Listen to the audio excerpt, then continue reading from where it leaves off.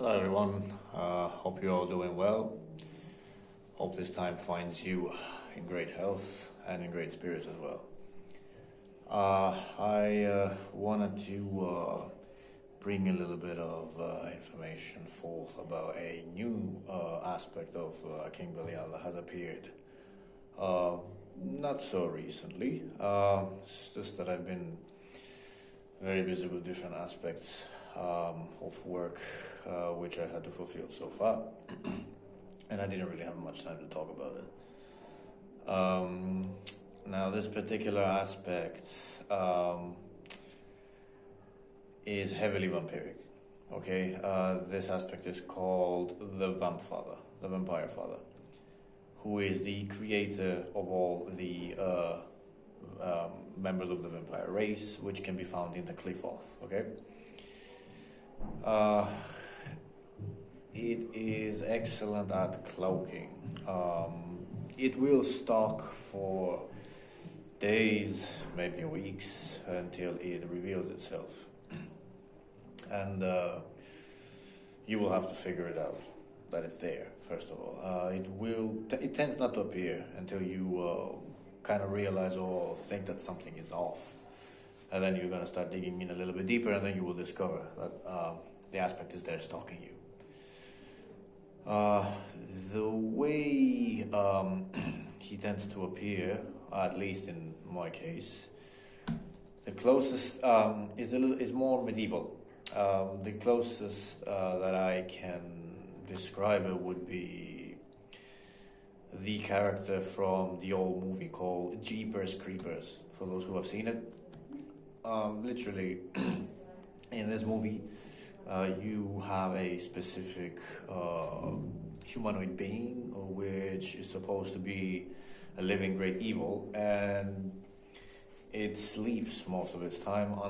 It goes into a cocoon basically with its bat wings, sorry, and it's dressed in like a big black leather coat, and every 100 years supposedly it comes back to life, and it sprays havoc and terror and just basically kills people.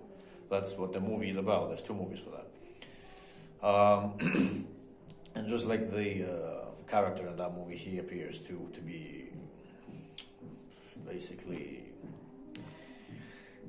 old-ish, very grayish in the face, with thin cheeks, and a slim build.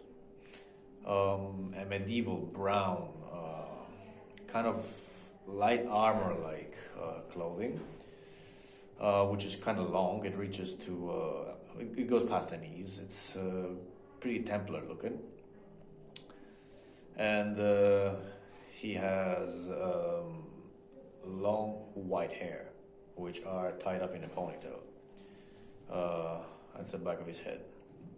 And very thin cheeks to the point where they don't look normal. They kind of look like in the movie Morbius, if you see where the vampires change, they have this kind of like a big gap in their bones, which allows only the cheekbone to be seen, as if they are literally malnutrition, kind of. It's hard to explain. Once you see the movie, you'll know. This creature resides in a specific area where there is an inactive black volcano. Within that volcano, there are different caves and tunnel systems which hosts what he would call his children. Okay, and of course we know there are many vampiric spirits in the Qliphoth, but these are the closest to him. They would be considered of much closer relation, much closer of kin, basically. These tend to follow him everywhere he goes, like a big cloud of many thousands of bats, basically, that cover the sky almost. And each and every one of these can shift into a black bat humanoid gargoyle. And they really are countless. there are different colors of vampiric spirits, of course, which are of keen, some of which may appear in gray, red, and black. Apparently, the black ones seem to be a little bit of higher, let's call them blood origin. They tend to be a little bit higher in ranks, or so to say. They could all have the same rank according to color and race, but their attributes change. The black ones are a bit more warlike.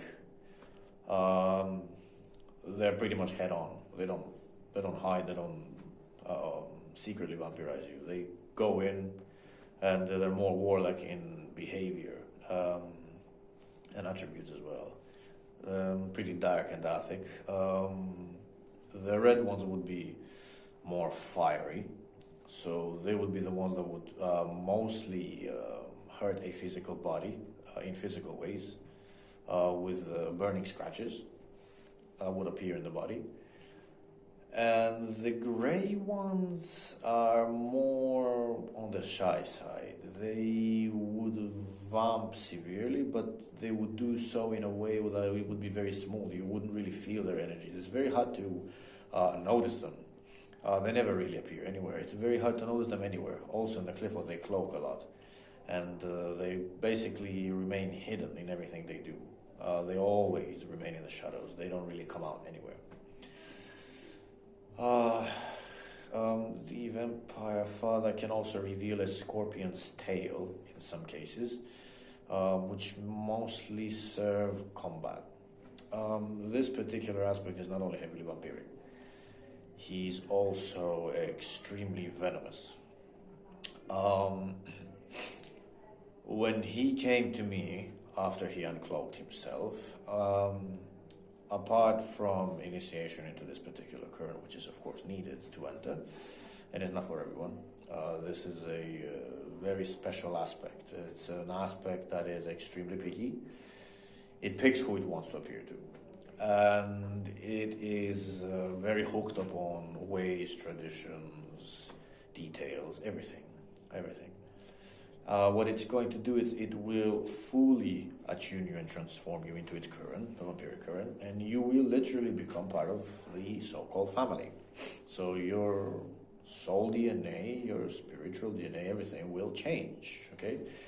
And so will your double. You will shift into something that looks much more like their race than you used to look before, okay?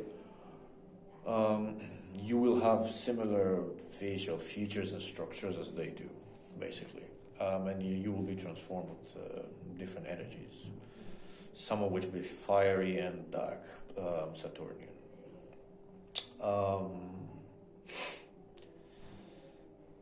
Speaking of, now in reference to of how venomous he can be, because he's heavily Saturnian, he don't vampirize per se only. He can literally, like, when he came to me, he gave me a specific incantation, which basically causes severe manifestations in the space, physical and that. So apart from the hidden knowledge of his sigil and end, which unfortunately I cannot share because he doesn't want to be made public. The only thing that I can provide for those who are chosen is an initiation to his residence, his Black Volcano Kingdom, where the initiate can enter the realm and seek initiation, basically, okay? But direct end and sigil unfortunately cannot be shared. He doesn't want that. And he dictates who basically may undergo this initiation and who doesn't. As I said, it's a very picky aspect. He also gave me an incantation to channel his venomous energies, which you will be transformed by as well. And of course, needless to say, they will make you very, very weak at first, and they will make you very, very sick.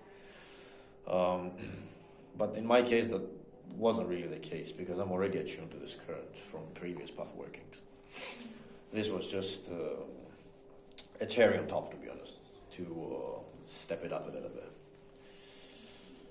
Uh, which, funny enough, it came at the heaviest peak of me working with the different currents of necromancy at the moment, which is completely irrelevant to this. I wasn't even expecting that.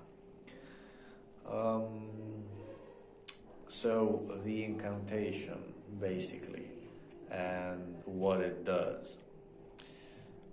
Well, the way I tried to test it, when he gave me the opening to his venom, basically the gate opening to this energy, I took a glass of water and I placed it upon his sigil, which was underneath the glass of water, and I summoned him, and then I could literally see a shadow entering the glass of water and taking shape and looking back at me. Basically just the head, from the head and up, not the entire figure. Then I knew he was there. I basically knew what he meant. You should know one thing about this aspect. You need good communication, because it tends to be extremely silent. It doesn't speak. It will test and force you to learn to communicate in energetical ways, which require you to learn to receive and give energetical answers and post energetical questions. Don't try to verbally speak to the spirit. It doesn't like it. And it's also a very snappy spirit. Imagine a vampire elder who just doesn't talk much. When you're there, you get to the point, you give what you gotta give, you take what you gotta take as an answer, and you go. That's it. Okay? It's not a chatty aspect. And it requires very heavy lunar and aquatic attunement, mostly lunar, to be able to communicate with it. Okay, so lunar meditations, as we've spoken before in previous casts, will severely enable you to be able to connect to such spirits. They are the most difficult to connect to, but at the same time the most empowering. So, long story short, back to the topic. I used the incantation he gave me, and I basically tried to test this venomous energy onto the glass of water. And I could literally see these energies swirling physically around me, like severely, to a point where even if your senses are not developed, you would notice. You wouldn't be able to miss it. Then, when it was all done, I directed it into the glass of water at my own will, because opening the gateway is not just enough. Of course, you have to direct these energies where you want them to go, okay? So I directed it right into the glass of water. He basically showed me he was pleased, and then he told me to test it, and I knew what he meant. I literally took the water and started drinking it. Now, so basically what I did is I venomously cursed the water itself to test it, okay? Because the water in itself is a gateway, first of all, and it's also a life source, okay? So it can be affected by energies. And when I drank it to test it, it was severely bitter. I'm talking about like a mixture of ash and coal in your mouth, that bitter. It was like poison. But I had to drink it all. Why? Normally you shouldn't do this. If I was to give that to someone who doesn't practice or has any attunement at all, chances are the person would get severely sick. Vomiting, fever, sweating, weakness, flu-like symptoms, and many more. Mostly a very common thing with heavy vampiric or venomous energies is an immunity drop. Okay, it's severe. It just goes boom. It's not easy. Not many currents can do this. This is literally by far the most venomous energy I have managed to come near to. Not that necromantic energies aren't capable of doing this and way worse, but when it comes to this specific current, this is so far in my experience, top peak. Now, why I drank it? I didn't drink it to get sick, of course, but in and of itself, what he suggested me to do, this is the cherry on top, as we say, of the attunement to this current. So initiation isn't the only thing you gotta do. Entering the realm of the black volcano is the second part. Okay, initiation, entering the realm, and the third part, of course, will be to use these specific energies to put them within you, and they will severely empower your inner void, your inner vampirism, and will turn you in turn also venomous as that particular energy current is. So in and of itself, that's an attunement ritual with the water, which I did. It can be performed with blood as well. Yes, it's going to be powerful, but of course, it's very difficult in the modern world to obtain something like this. If you cannot find something like that, just use the water, of course, yeah. Plus, depending on the source, if it's not clean, we all know that you are risking infection, which is not something you should do. It is clinically unsafe, so I wouldn't recommend it. Your best bet is to use the water. It's available anywhere. It will help too, if you are chosen for the specific task. All in all, this aspect teaches cloaking, it teaches astral warfare, it teaches severe vampiric shifting into a plethora of beings, and one will be more monstrous than the other. There will be a series of transformations where you will keep shifting. Your double will take different forms, and it will shape into different things. Of course, I would never reveal my forms, because this is not something you're supposed to do. Your forms should not be revealed to others, by the way. Don't reveal your double's shape-shifting abilities to anybody. Nobody should know this, because you can shift into beings that will not be human at all. So nobody should know who you are under these aspects and masks of yourself once you reach that level. So keep them to yourself. Record them if needed. It's not a bad thing, but keep them there. Also, this particular current, if initiated, just know that, as we said, it is very heavy on the tradition of the race, okay, of his race, the vampiric race. Learn the ways and the customs, and it's gonna be difficult because he don't speak, but he will always try to approach an attack to put you into line with the particular custom or movement, let's say, or different task that he requires you to do. So when this happens, take action. Training may take place in the form of a direct conflict and fight with this aspect. It's not a bad thing necessarily when it comes to the Qliphoth. There are many spirits who will do this, many aspects of specific high-ranked energies who will do that. It's training, it's all training.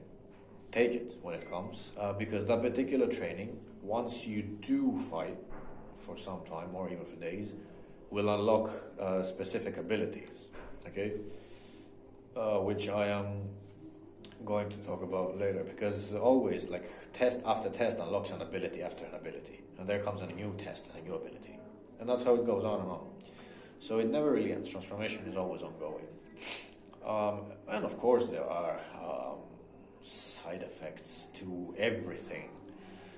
Because of your heavy dark energy shift, you might find that there will be two sets of people, two occurrences. People will either start feeling suffocated around you and probably very weak for no reason. If their energy centers are very weak, they may start just literally sweating around you and feeling unwell, and they'll just have to run away. At the same time, others may find you extremely magnetic due to the lunar attunement which you will acquire, which provides an extra glow or shine upon the aura of the person. So don't be surprised if you are going left, right, and center.